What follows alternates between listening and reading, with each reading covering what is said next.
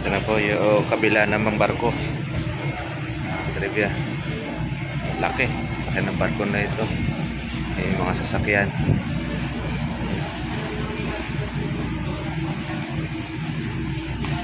Ito po tayo umalis. Pinupuno pa po yung mga pasaheros. Hintay na lang tayo. Aalis para magkasabay pala itong aalis. Don Eduardo. Kaya madaling araw na tayo makakarating po sa Masbate. So, babalik na po tayo. Balik na kami sa aming tutuluyan. Kapag wala po tayo, kapag dinner na.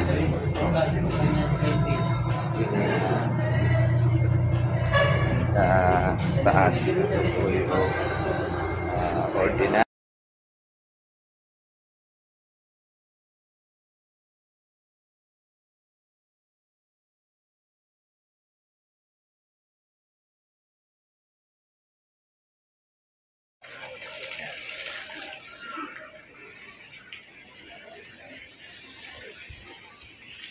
Daungan at sakayan ng mga sasakyan at truck papuntang Visayas Region.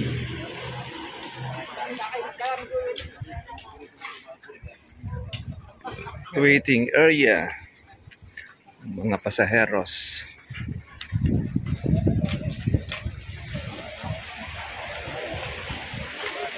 Ayan, yung lalaki ng mga truck.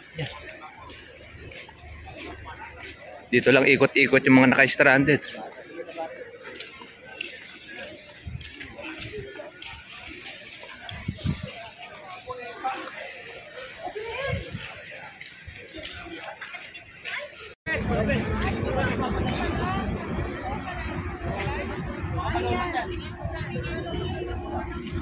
Malaki po ito. Hindi ba nalolobat? Sinabi ako na lang, huwag nang patayin. Kaya patayin. Malaki yung baterya dyan. Rubber po. Masarala lahat ng pwede. Ay, paano kung may bumukas? Ako na mag-asara. Eh, nandun lang naman sa tara. Okay, let's go na tayo. Kami papunta na po ng Masbate. Napakit na ba? Ito yung sakayan. Diretso na po tayo. Sa wakas po ay makakasakay ulit na tayo po ng barko. Tagal din po kami rin na-stranded ng Biyernes pa. Ako Sabado, ngayon ay Linggo. Darating na po tayo doon. Bukas na, madaling araw.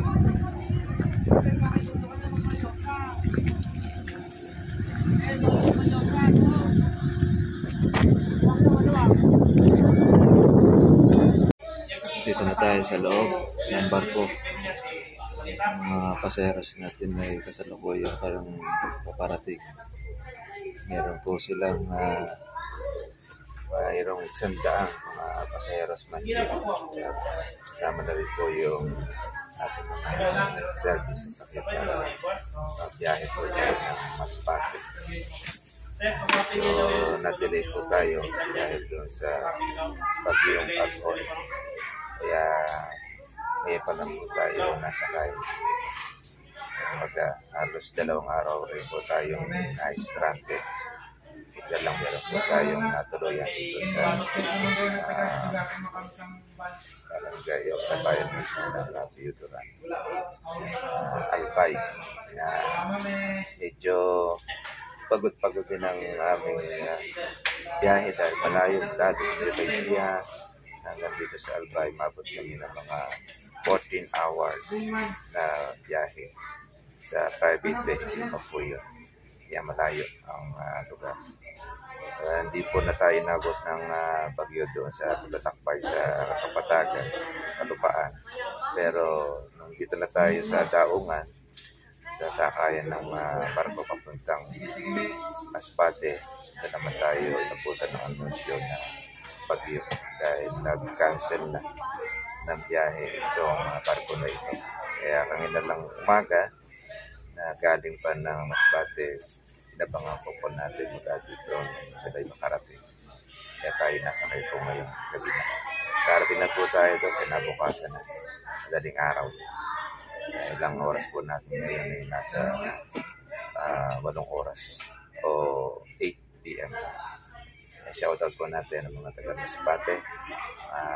Mararating po natin po yung lugar sa inyong area. Ayan. Pero habang sinasakay pa yung mga pasaheros, dito pa po tayo, relax lang po muna. At meron palang mga kama dito para doon sa higaan po ng ating pasaheros. Habang mapalaot sa barko, pwede matulog. Kaya shoutout natin yung ating mga kasama sa tour. Ayan, kaway-kaway muna kayo. Ayan. First time nasa kayo ng barko. First time. Ito dalawa lang. Ako rin, first time ko rin tayo nakasakay dito. Kaya pag pupunta ng Visayas, alawin po natin ang ating ito pala ang sakay pagka meron sasakyan ay sasakay natin sa barko.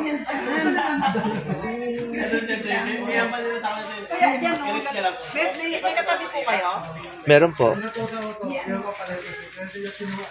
Kaya tayo sa mga nagahan na tayo makatugon sa mga bagay kung na kailangan natin. Dire-diretso na po yung ating Maanawa tayo lagi ng Panginoon. Ingat tayo sa ating mga kapatid. Malawak po ang bawat pala dito kainan din. Hindi namin alam kung mga bagay na naman ang biyahe ngayon sa amin po mga pagbiyahe. Atas po ito ng tungkulin. Atas po ito nung Ito na po yung kabila namang barko. Trivia. Laki ng barko na ito. May mga sasakyan.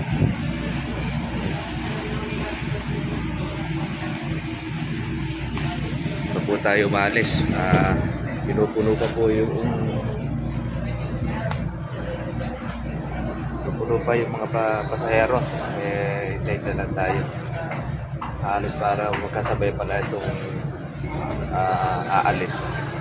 Don Eduardo. Kaya madaling araw na tayo makakarating. Makakalitan po sa Masbate. So, babalik na po tayo.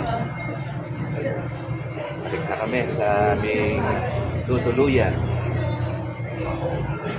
Kapag wala po tayo, kapag dinner na.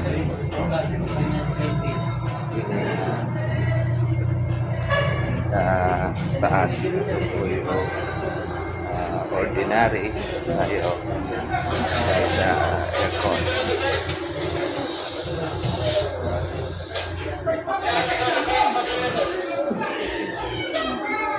Bawal magdala na dito.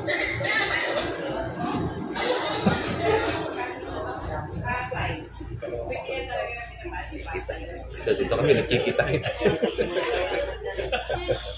Ayan, ang sarap ng higa. Para na tayo nasa ibang bansa. Para pupunta tayo ng Brazil.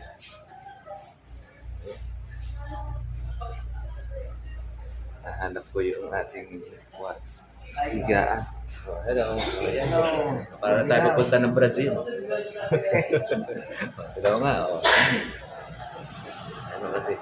Kaya kaganda po rito. Pwesto.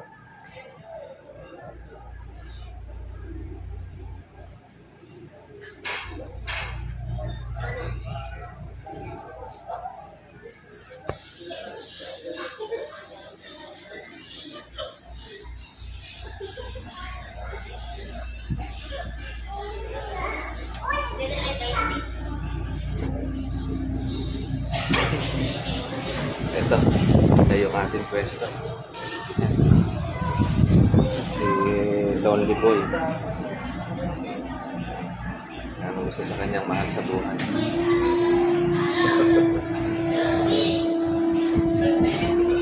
Yan, lamig dito sa pwesto. Dito pala yung panang aircon.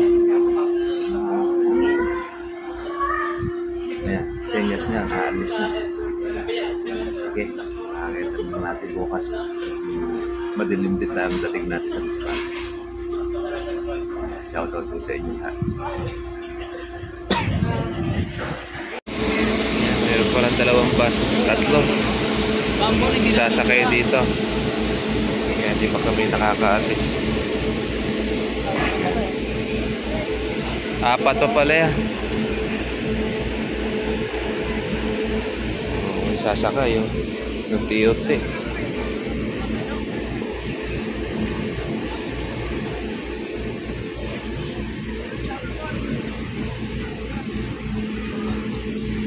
Galing ah.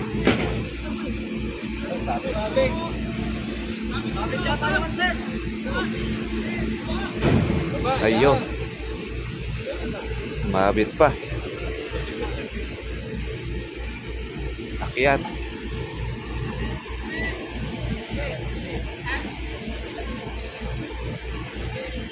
Nasabit yung bus.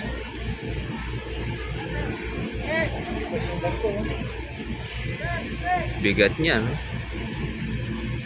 Ayun pa yung isa, oh.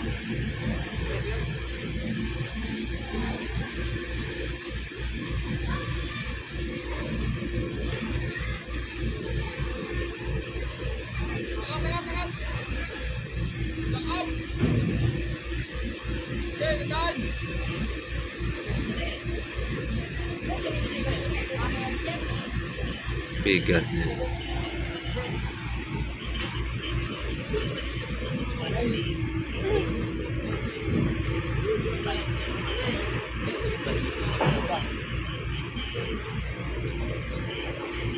Mahaba kasi eh. Tatlo pa yan. Kaya pa yan? Baka may intip eh. Pag karga. Tinanong kaya pala Wala yung So yun guys, hindi tayo sa katangian. kataing gun. Okay, shipping lines. Behind ano kaya? Tayo sa pinakataas. Alam mo yung dagat yan. Taas ng barko. Sa masilong. Umulan, malayang malaya. Umulan dito. Tagal-tagal pa na umalis dahil marami parang kinakarga. Cameraman. Ito, nag-aabang din mga ito ng pag-alis na. Paano umalis ang barko. Ang dagat.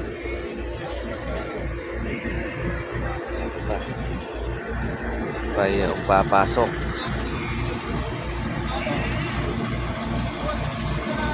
Lapit.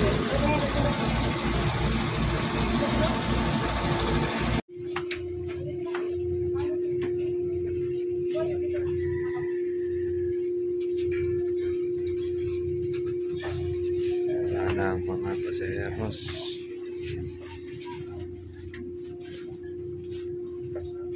Stress na umaga tayo nakarating sa Masbate. Ito tayo na itipe o nakatulog tayo. Sandali lang.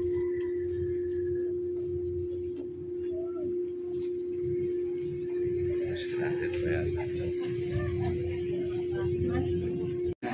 Okay, tayo na. Oh, okay. Bababa na tayo sa malaking Dapur. Hey, welcome sa Masbate. Here at Masbate. Ayun yung sasakyan nyo. Mga pasayeros pala ng mga bus din dito. Where's my Glenn? Masbate, rodeo capital of the Philippines.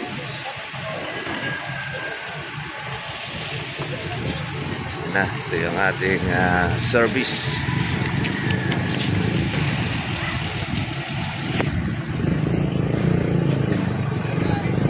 Sakto lang. Ayan. Hello guys, yung ating driver. Okay, nilapit lang pala itong Masbate. 4 na oras mula doon sa Piuduran, Albay.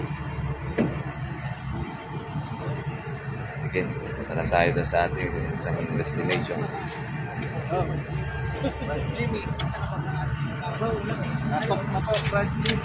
Okay, sakasakay na. Wala bang nabawas? Do you know